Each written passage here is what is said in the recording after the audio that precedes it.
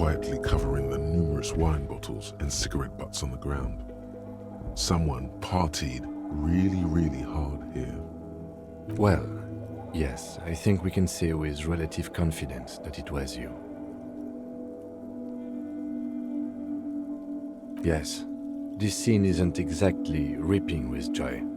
Let's just move on.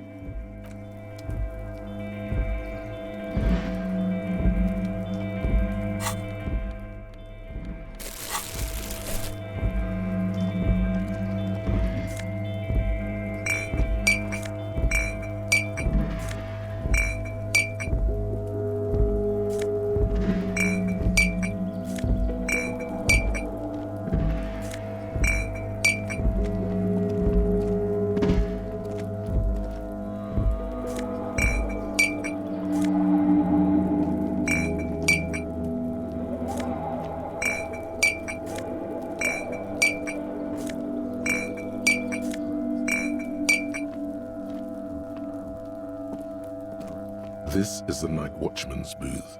The name on the door reads, René Arnaud. Listen, it's okay to take a few minutes to yourself. Sit down and have a breather. If you must. But please hurry, we are pretty easy to spot up here. Nothing incriminating catches your eye.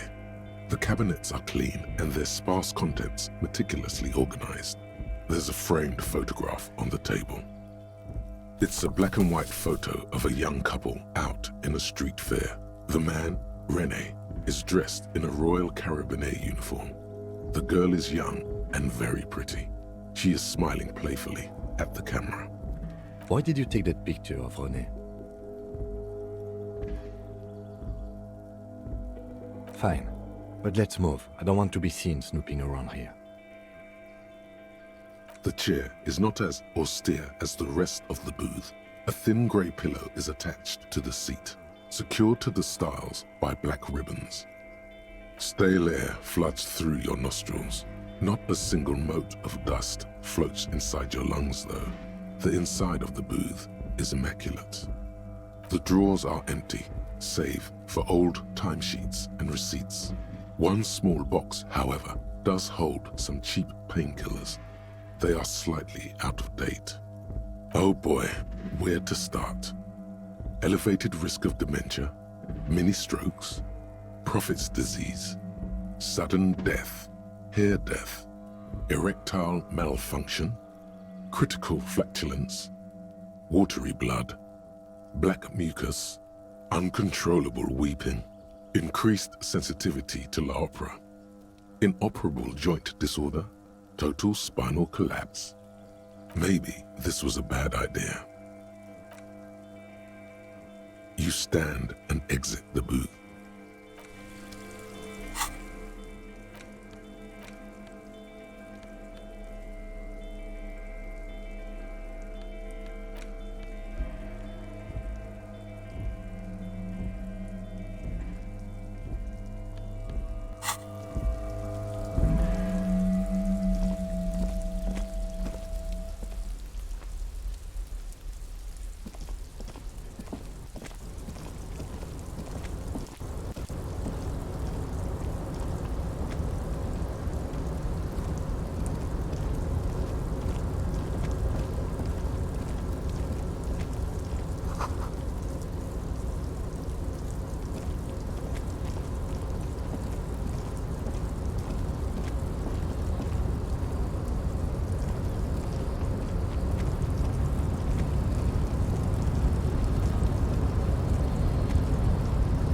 Rusting control panel with several knobs. 2 buttons marked Marche and Arrête are faded with use. It seems to control the large crane above. A container is attached to its hook block. Marche. On. Arrête. Off.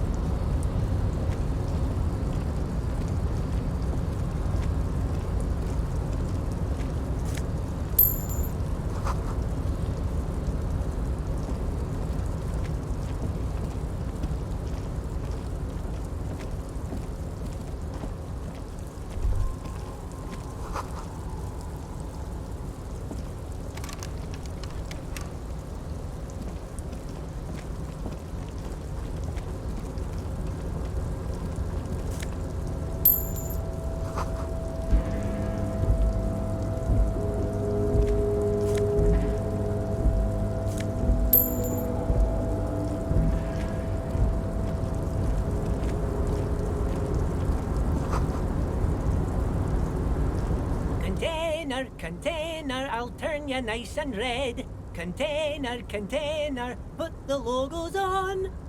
The lyrics to this container song are being made up as he goes along.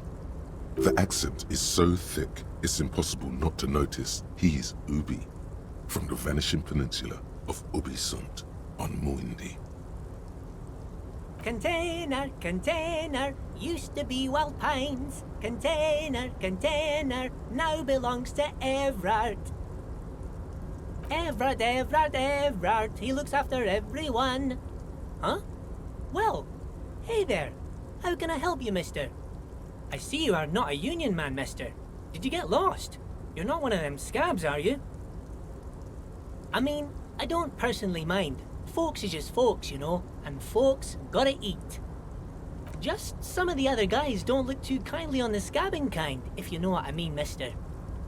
Oh yes, born and raised in Irish, mister. Mum had to leave my dad after he got a bit violent. Took us here to the new world.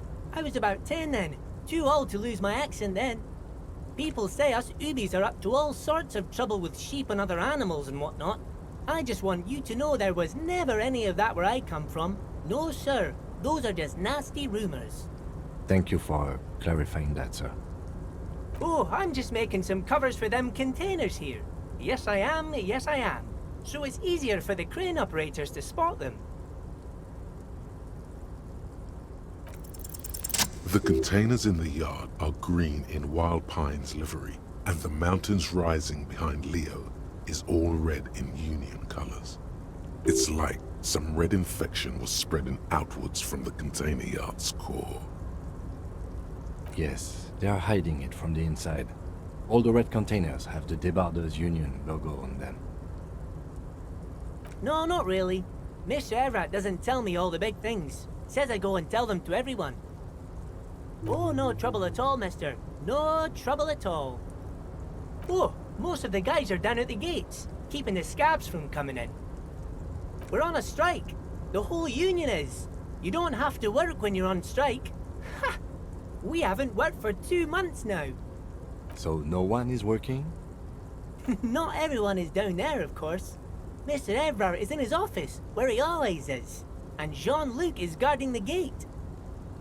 But Titus and his boys got into some drunken trouble and Everard sent them on a nice vacation. For a week or so. Oh, I'm not really supposed to talk about that. That's union business. Him and his boys stirred up something in town. Probably drank too much and got into a fight or something. I heard Mr. Everett telling them to take some time off. No, I don't think they killed anyone. Let's better talk about something else. Titus and his boys do good work. I don't want to get them in trouble over a little drinking. He probably doesn't know anything anyway. Who in their right mind would tell him? Yes, yes. Everybody needs a job, and this is mine. I'm Leonard, by the way. Leonard Bellick. But everyone calls me Leo. I'm like Mr. Everett's right-hand man when Mr. Edgar is out of town, and Mr. Edgar's right-hand man when Mr. Everett is away. Actually, Miss Beaufort is the right-hand man, but she's a lady. Who is this, Miss Beaufort? A real pretty lady with a skin like those Douai Sucre candy bars my missus likes so much. Them are real nice to suckle on once the dinner is done and me and the missus sit down beside the radio. But I can't listen to the radio all the time. There's so much to do around here and I'm always busy keeping things running here. Yes I am, yes I am. Oh, Lizzie, she is a real sharp tool. Mr. Everett put her through some fancy school and everything, east of the river. 4 years she was gone, and when she came back, she was all fancy and lawyerly. He respects that word. That's obvious. But she's a real nice girl. Grew up in this here neighborhood, knows everybody and gets along with everyone. Real pillar of the community one day, I'm sure. If me missus and me was to have a child, I'd be real happy if she turned out like her. But she can't have kids. Dr. Lemaitre said so, and she knows about such things. Been a doctor for almost 50 years she has. Law school? Could she be talking about the union fixer, aka the gardener? Looks like it. I'm not sure what affects her is, but she is a real nice girl. Smart as a whip, too. Telling the gardener you know her name might throw her off. Perhaps something to consider later. Oh, that one. That should be empty as far as I know. Lots of containers here have nothing in them. They're just waiting to be loaded up. Oh, you want Mr. Everard then? He's an awfully nice fellow, he is. Him and his brother are both nice fellows. They've lived their entire lives in this here neighborhood. Guys like Mr. Everard and Mr. Edgar, his brother, are real good guys. Made Martinez what it is today. Mr. Everard and Mr. Edgar and I went to the same school we did when we were boys. Oh, Mr. Everard is where he always is. In his office, of course. Bye-bye now.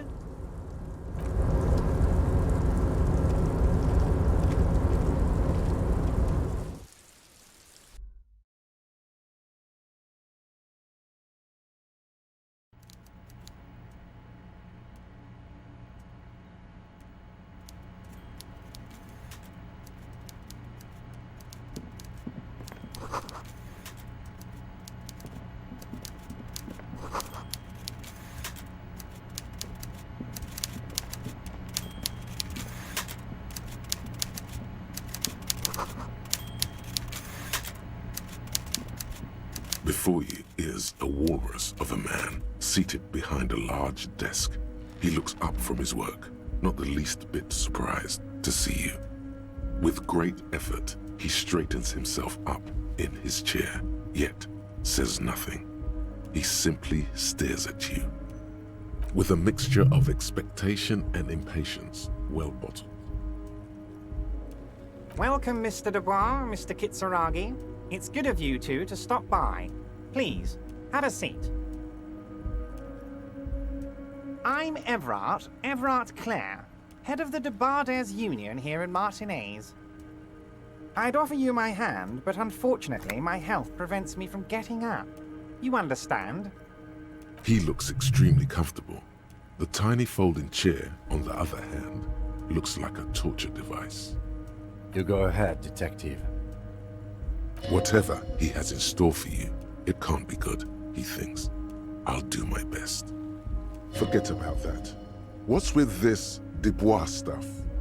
You're getting some seriously bad vibes from that name.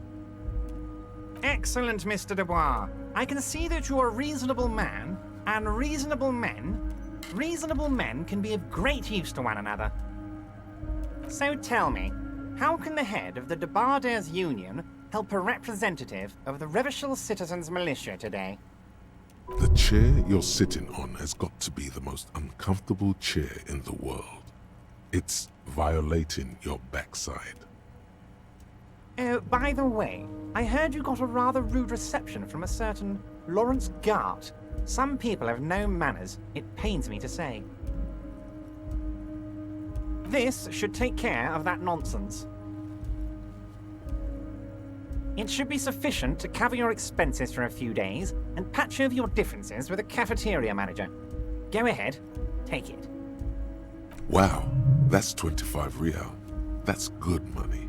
You need it. Yes, I know Lawrence. He's a real character. No union man in him. A real piece of work, that boy is. With a grin, he points to the checker game. It's like you're on a game show. At least don't thank him for it. Don't mention it. But also don't forget it. I'm just kidding, of course. He's not. Now, I'd like to set your mind at ease about one other matter. Your lost gun. Let me assure you, Union people are on it as we speak. I've got my best hounds looking for that lost gun. His slug-like lips move, but all you hear is an echo. Lost gun, lost gun, lost gun. The world is swallowed by a black hole of fear. Only two words escape its gravitational pull. Lost and gun. Are you all right, Harry? You seem anxious. Don't be. Everything's going to be all right. It's not like you left it loaded. You didn't lose a loaded gun. Local children aren't out there playing with it right now, pointing it into their own mouths. It's in a safe place. I just know it. I have a feeling everything's going to be all right. It was loaded. There were 2 bullets in it. You always keep at least 2 barrels loaded. Officer, we will deal with this later. We don't need Mr. Clare's help with this. I wouldn't be so sure about that. God, you're sweating. Your knee is jerking. You're about to cry, aren't you? You're about to cry because you lost your gun and those children are gonna shoot themselves with it. You want to cry? God, you're weak. Whatever you do, don't cry. You'll think you're disgusting. Mr. Dubois, you don't look so good. What is this, Mr. Dubois? He keeps repeating. What is he trying to pull here? You need to cool the fuck down. Chill. Mr. Dubois! Mr. Dubois! Harry!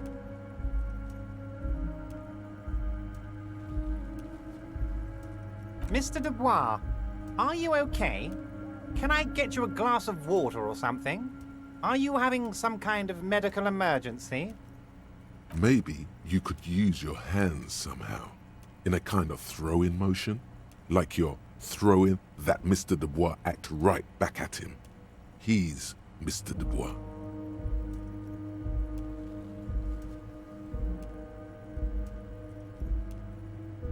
What an odd demonstration of... you got me, Harry. I don't even know what.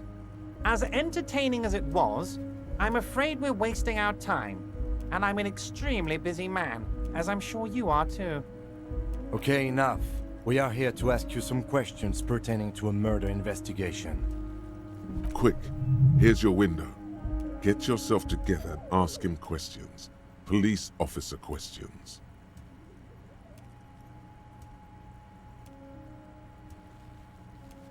Harry, honestly, I'm just relieved you didn't get a hernia. A man your age...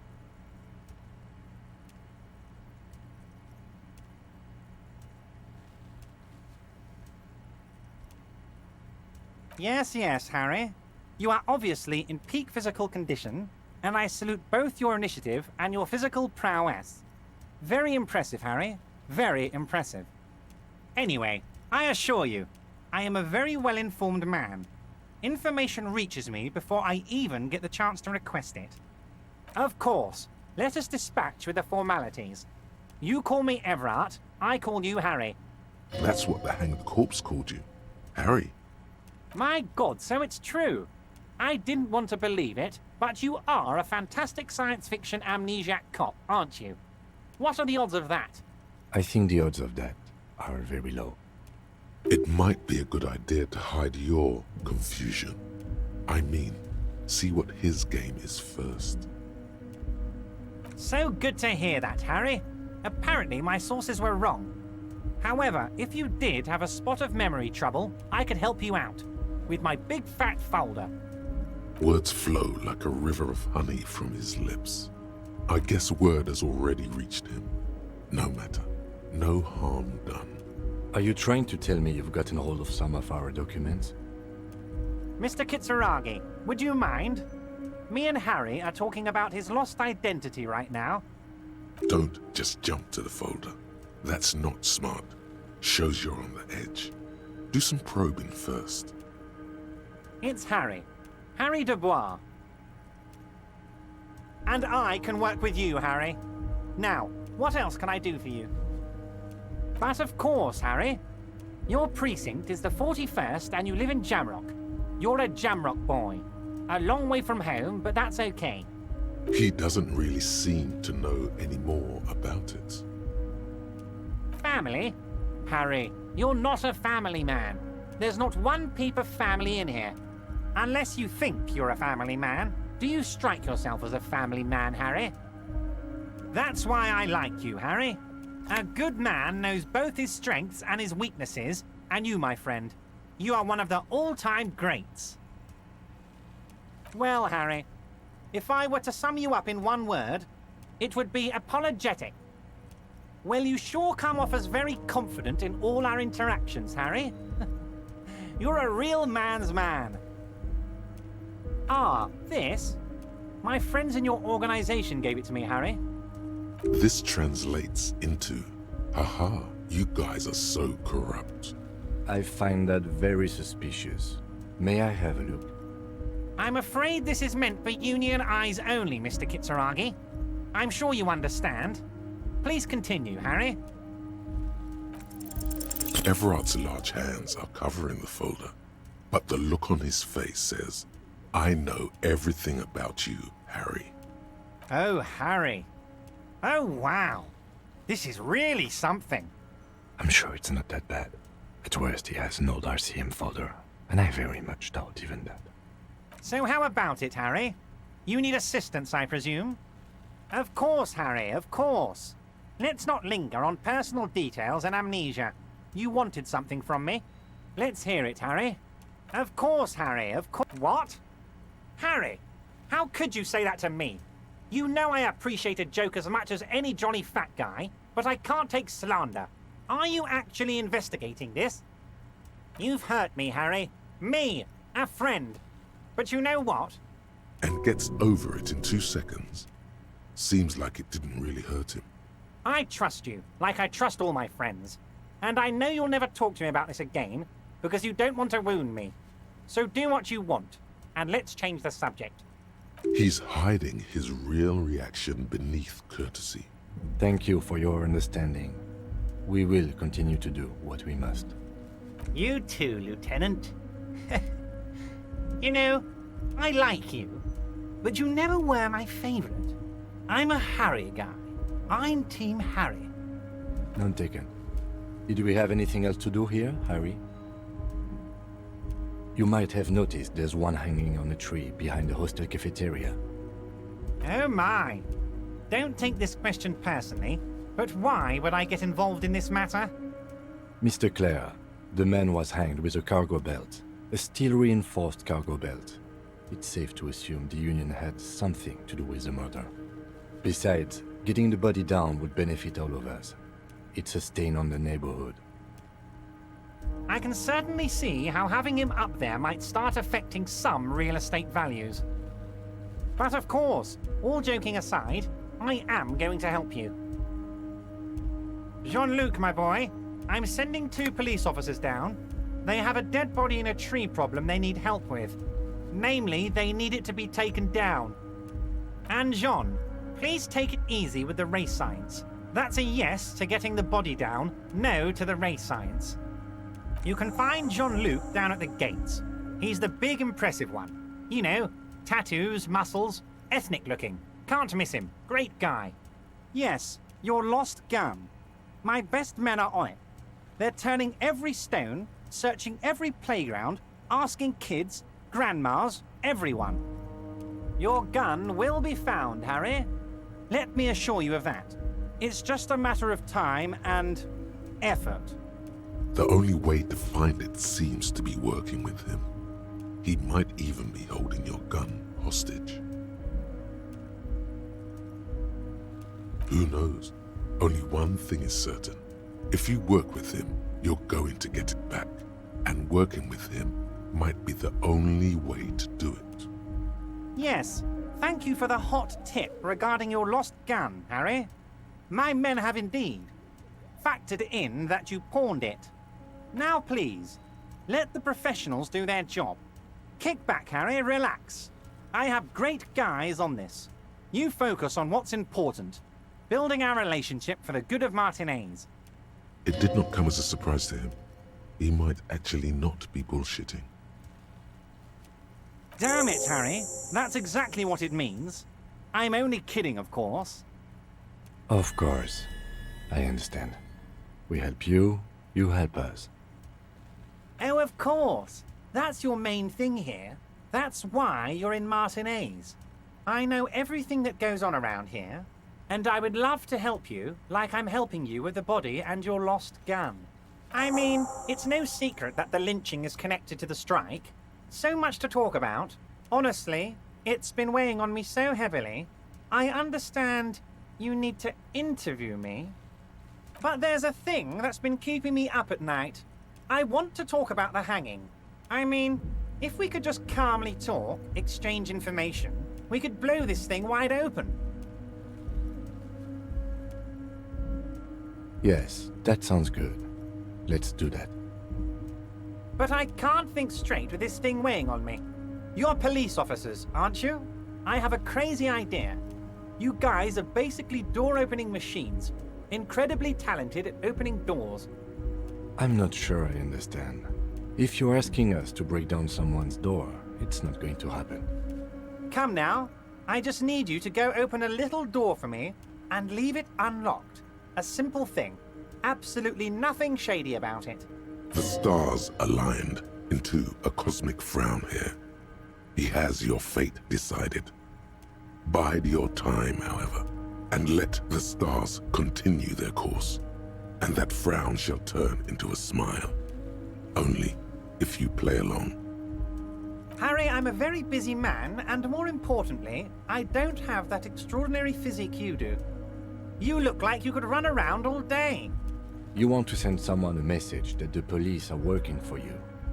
I repeat, I'm a very, very busy man, Mr. Kitsuragi, and therefore I must occasionally enlist outside help. So, oh, no one's. It's just a weasel. A weasel lives there. Nothing for you to worry about. A loud blabbering weasel. When weasels feel no one is watching, they start acting foolishly. Just go there, unlock the door, and leave it open. It's been such a burden on me, Harry. I just want this to be over so I can discuss business with you.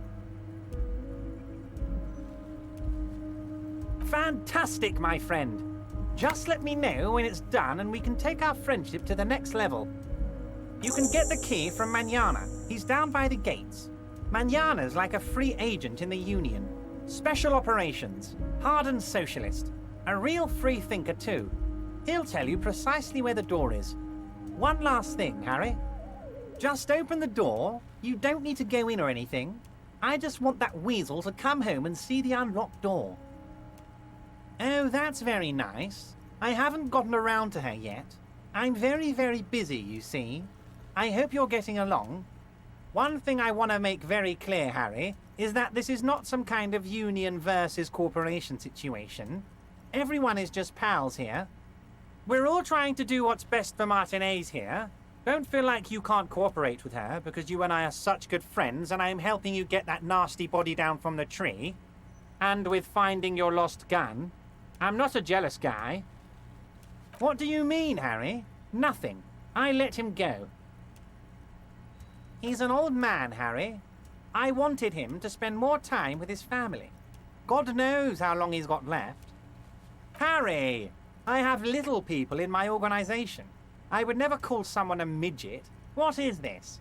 Honestly, I'm beginning to think you're a midget, Harry. I'm only kidding, Harry. You're not a midget. No one is. We're pals. Vanished? Harry, the woman left her casserole in the oven and couldn't make it here in time for the voting. Oh, did I leave my casserole on? Better go home and check. The election can wait. When she got back, the whole thing was over. Wait, there was no mention of a casserole from Joyce. Harry, Harry, Harry. Do not fixate on this little matter. Maybe it was a rabbit stew, or a hairdryer, or an iron. The point is, her heart wasn't in it. Mine was. Yes, yes. Low balling, of course. This isn't a casino, Harry.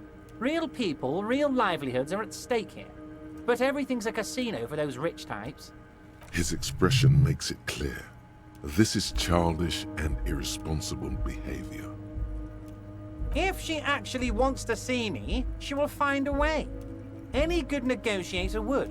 And I just don't have anything to discuss with a bad negotiator. Of course, Harry. Let me just assure you one more time.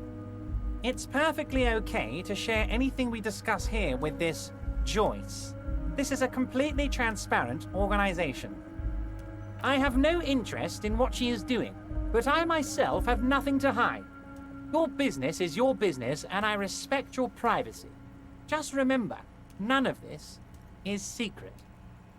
Tell her about all of it. My brother's picture, my singing swordfish clock. Tell her how overweight I am and how I'm helping you find your lost gun. Tell her about everything. Everard doesn't mind. It is rather interesting to tell people things about each other, isn't it? It was nice telling him about her right now. Wait. You need this to get in and out through the gate. Here, you're one of us now. A real red and white Union man. Take care, Harry. Jamais vu. Derealization. Jamais vu. The opposite of déjà vu. Not already seen, but never seen. Everything that should be familiar appears strange and new, like some half-forgotten day in your childhood. Only now. That's the feeling you've been having.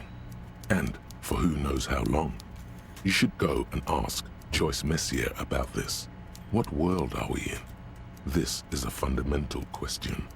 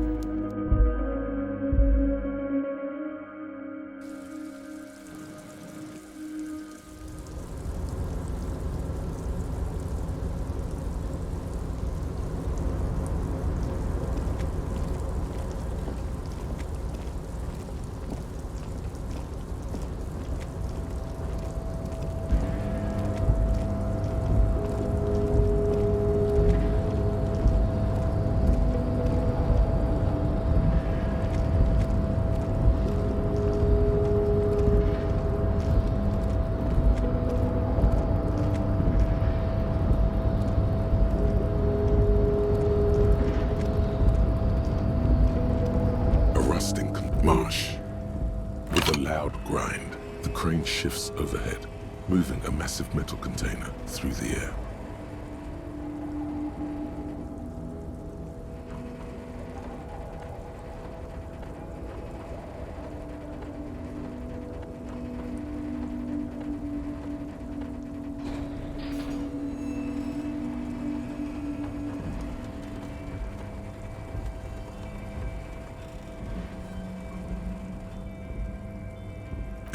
With a surprisingly quiet thunk, the crane places the container down. The harbor sleeps as the strike rages in the distance. The crane can rest again, now that its purpose has been fulfilled. Moving this container, of course. For this purpose it was built. For this purpose it has acted. And now it will rest. I can't see how that was worth the wreckers, except for seeing the crane in action, which I admit was satisfying.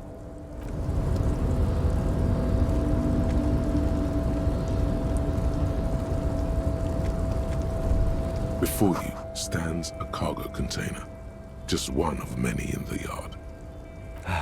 Is this like your thing with that wall again? There are a million containers here. Why are you fixating on this one? You just picked one out because you wanted to interact with a cargo container. We are not here to interact with containers. We are here to talk to the Union, right? No reply. You attempt to turn the handle, to no avail. The doors seem to be mechanically locked. To your left, the lieutenant considers your actions with some puzzlement.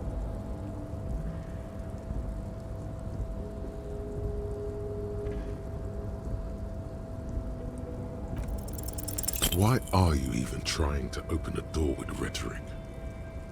Because what wasn't an option? Now is not the time to get philosophical, detective.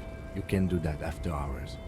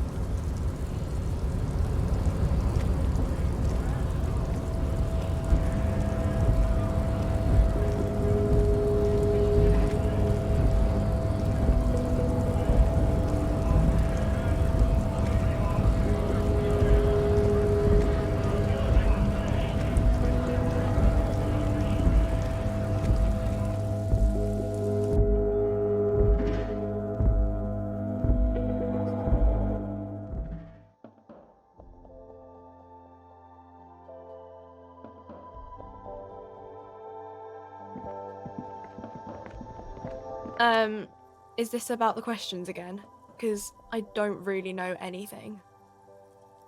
Wow. I didn't know you worked for the Union, sir.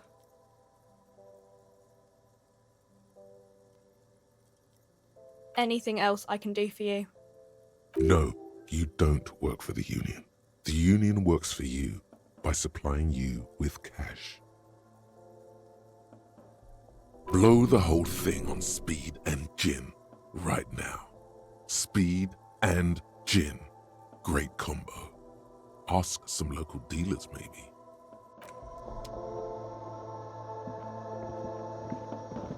The tear machine stands in the corner. A sign says, 1 bottle equals 10 cents. Your bottles clunk into the machine, and the money appears with a satisfying jingle. You're a richer man now. Do you know what you should do with that money, kiddo? You should buy more alcohol. Enter the endless cycle of consumption.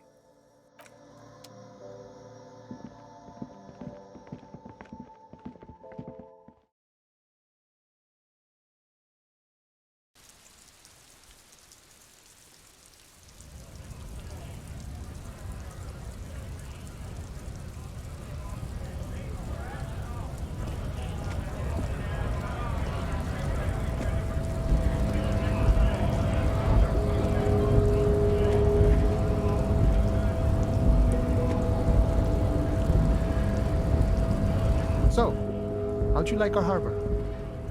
You've been in there, he means. Talked to the boss man too, probably. It's but a rest area on the path leading across open plains. Right, you talk to the boss, eye to eye, like men of the plain. If you have any more questions, I'm set to talk. A key, huh? What door is this key supposed to open? Oh, say no more. I got you. I got that key right here. And let me tell you, it's mighty good of you to help us out during the strike. Working class solidarity, as they say.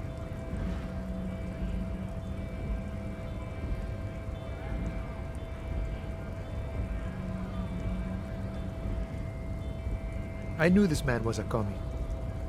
And it's a good thing you're doing too. Thanks. What you're looking for is a basement door behind the greenhouse. That's behind the whirling in rags. That's all I know. Our organization is what you call compartmentalized. Means we keep out of each other's business.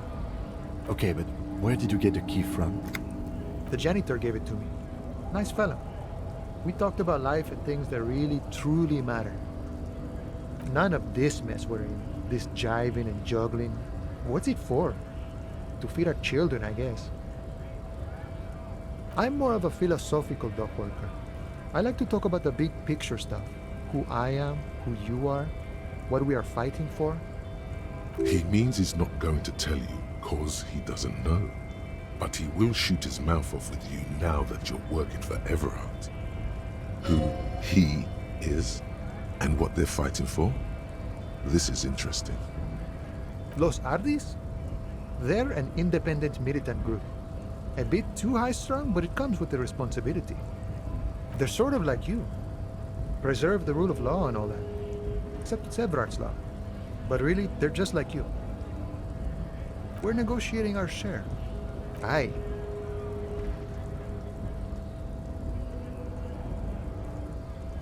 All of it. However, right now we want all the harbor workers to be on the company's board, so they could take part in the decision-making process. This seditious talk sounds like communism. Just so we're on the same page, communism is basically wanting to kill the rich people or deporting them to a labor camp in southeast Grad. But don't say that out loud if you're a communist. No. I don't think I'm a communist. Seeing something of value and saying I want it all to myself is a much older and simpler notion. No science to it at all. Even a weak child can think it. The only things holding someone back are I can't and I shouldn't.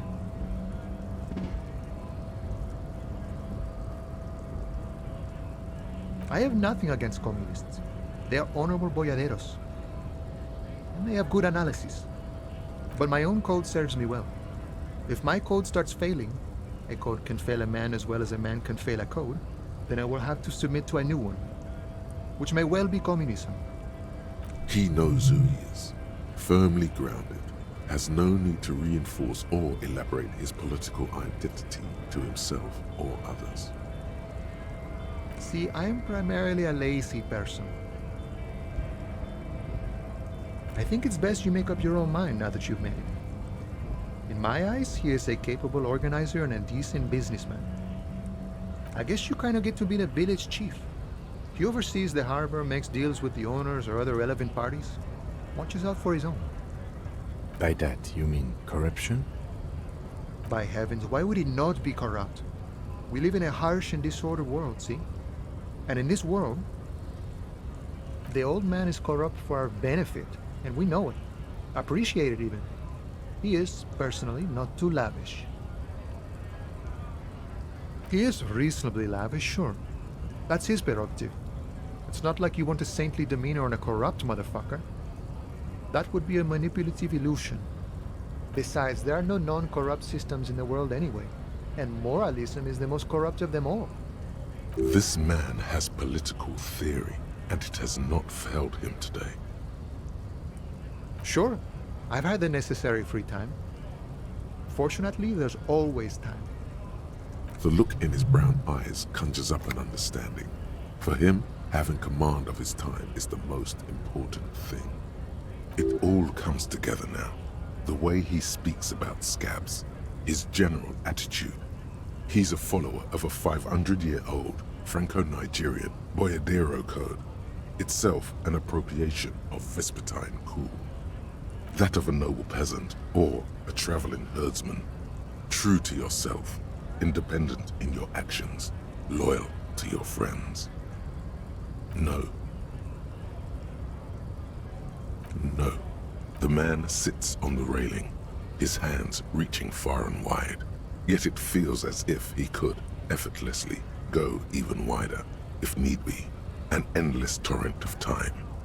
The mercenary, eh? Who could have killed him? That's indeed the question. Why even do such a thing? What a thought! Why would noble workers resort to such a thing? Unless they were pushed, of course. Your dead guy was an enemy combatant. He was an agent of the opposition, attempting to undermine our honorable efforts. I ain't the murdering type. But that's just me. Large organizations like our union have all sorts of men, with all sorts of skills. Understood. This has been of limited use. Still, thank you. No problem. I wish the best to you in your search. Sure, I'm glad it's not my search.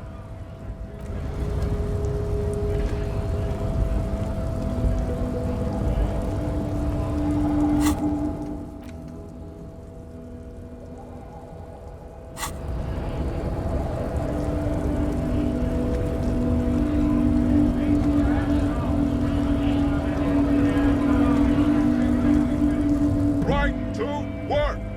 Right to work! Shame on you!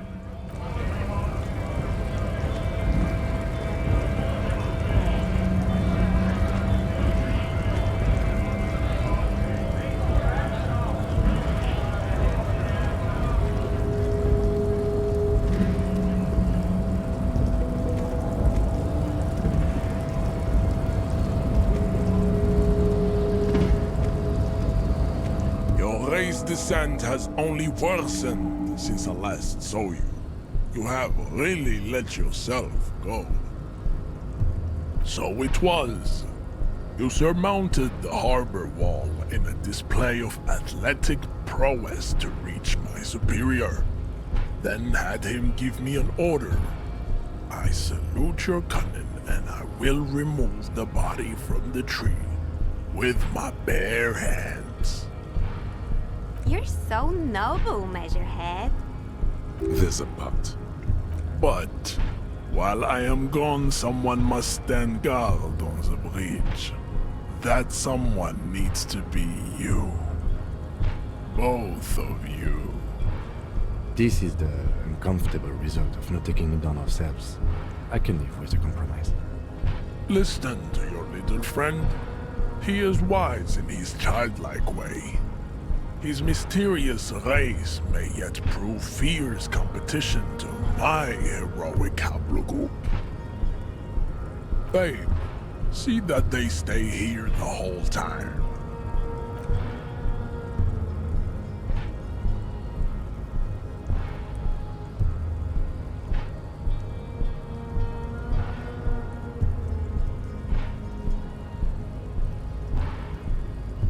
The woman's gaze follows Measurehead as he leaves.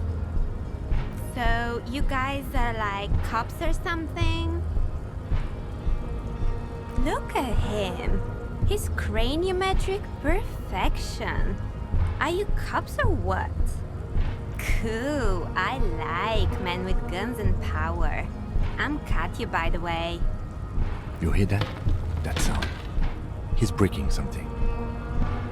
Yeah, Jean-Luc must be really tearing it up over there. I wish I could see it. Look at you! RCM rent-a-cops! Guarding that bridge like Everott's lapdogs!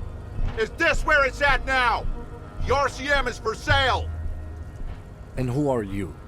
What is your business here? Why are your clothes 4 sizes too small for you?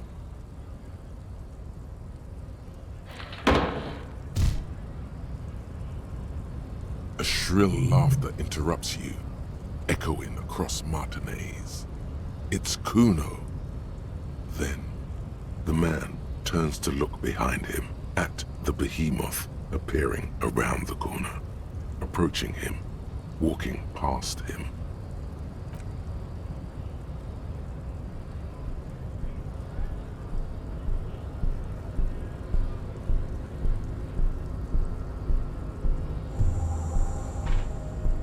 The corpse has been removed from the tree. Stand down and congratulate yourself. You have sided with Ray's victory today. And what you had to do was to become a Union man for all to see.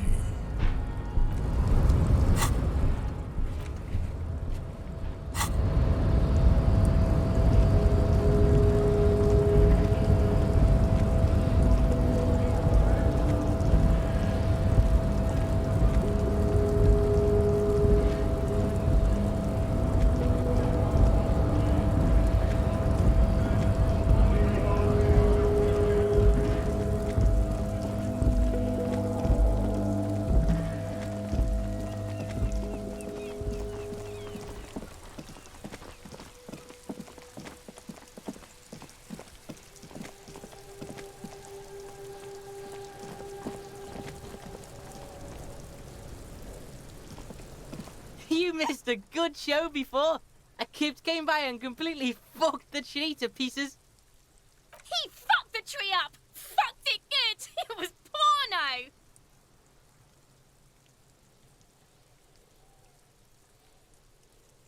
Shoot that shit at Kuno, Pigonaut. Kuno doesn't fucking care.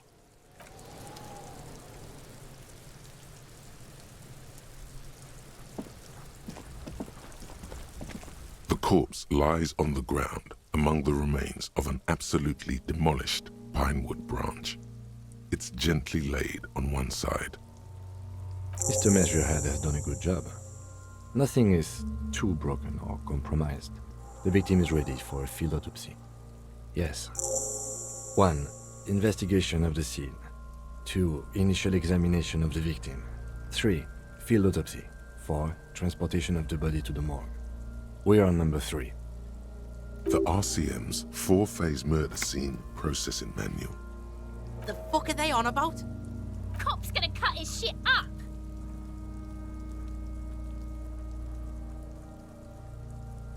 It's not about cutting. And no, you and I are detectives. The honorary rank of detective signifies our ability to handle the entire incident chain, from autopsy to cleanup to social work. An honor and a burden attached to your rank once you've proven yourself able, usually after 5 to 8 years of field work. Mine is Lieutenant Detective. You are. Your station would not have assigned you on this case if you weren't. Now, The lieutenant adjusts his glasses and takes a deep breath. come on, officer. You know what a field autopsy is. You've done 100 of them. What you do know is, at 18.9 kilometers, the dormant shield volcano, Corpus Mundi, is the world's highest summit, and the failure of the 38 single, Et puis descend, to crack the top 20 was the death knell of disco. But what a field autopsy is, you have no idea. You must have me confused with the Copperpedia. You, sir, you are the Copperpedia. Unfortunately, no. They are better than nothing. Tell you what, I perform the anatomical side of things while you will take notes. That's right. The dead man stares in silence as you crack open the ledger. The bright red paper is covered in boxes and lists, describing the condition of his skin and organs in 3 parts. Above those, an 11-field info form needs filling out first. It begins with, That's you. the corpse is indifferent to your scribblings, just lies there.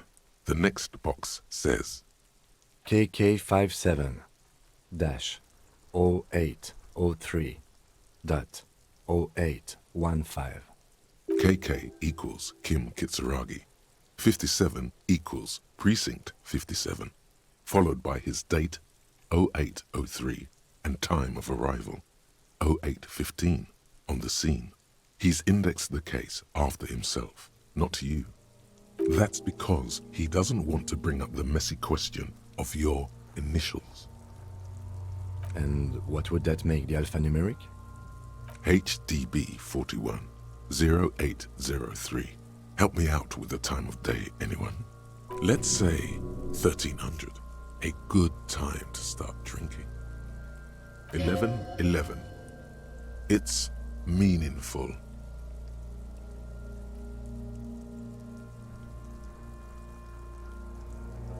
Good. Let's go with that. NA. Next. NA. Roughly 50. Dry 40. The damage is so extensive, it's better to err on the young side. He nods. Mondial. Fair to olive-skinned, from the Isola of Muindi. This is as vague as it gets. You might as well say whitish. The pudgy mess of curdled meat looks neither mondial nor anything other. Fucky! Male. Pigs can have sex! Nor does he look male, with his pregnant belly and indistinguishable face. We're still going with March 4th, 51. What else? 9. Body identified by is non-applicable. 10. Case number is the same as the coroner's case. HDB 41 0803 listens, motionless, with the cargo belt still around his neck. Only one box remains. None, at least not after the initial examination. Interfering with the body's position or wounds post-mortem. They'd have to have incapacitated and carried him over. This man was more than a match for untrained dog walkers. Your central nervous system recognizes this gesture. It's the stations of the breath. Ecclesiastic, religious in nature, a holdout from pre-DeLorean burial rites. It takes him 2 seconds to perform. Then, somewhere in Jamrock North, a small wood shed behind Rosencrantz Row, Lieutenant Nick Feuerbach puts his hand to the chest of a small corpse, no larger than a monkey. It's raining outside, light drizzle. There is darkness in the shed. Elsewhere yet, an obese female sits in a wicker chair, her silhouette bull-like against the window. Outside, Grand Coudon. The day is turning dim for Sergeant Mac Dawson. Hand extended, he approaches, to make sure she is dead more than anything else. The building is tall, 7 stories wind-wrapped in solitude. Most of the apartments are unoccupied. This was a suicide, the other an accident, the small one. And so, all across Jamrock, Coal City, GRIH, 42 deceased persons found today, 42 stations of breath. We should start the post-mortem. The corpse cannot feel Kim's hand on his chest. It no longer meaningfully interacts with its surroundings. A thicket of boxes and lists on red copier paper tries to answer why.